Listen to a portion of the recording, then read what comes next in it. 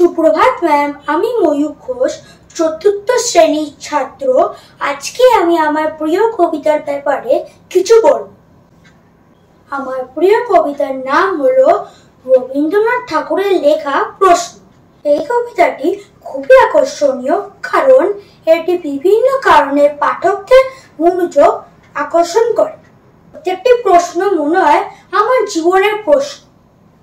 প্রত্যেকটি শব্দ মনে হয় সত্যি তো, কেন এমনটি হয় না যে এই কবিতায় মাগো আমায় ছুটি দিতে বল, সকাল থেকে পড়ছি যে মেলা, এখন আমি তোমার ঘরে বসে করবো শুধু পড়া পড়া খেলা। সত্যি তো, কেন আমাদের এত পড়াশোনা করতে হয়? কেন আমরা একটুও বিশ্রাম পাই না?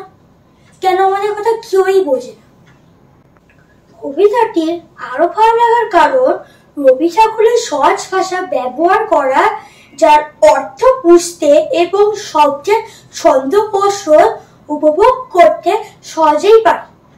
কবিতাটির ছন্দময় গুণ এবং ছড়া উচ্চারণে মজা দেয়, যা বিশেষ করে আমার কাছে খুবই আকর্ষণীয়। এইসব বিভিন্ন কারণে আমার প্রশ্ন কবিতাটি খুবই প্রিয়। ধন্যবাদ।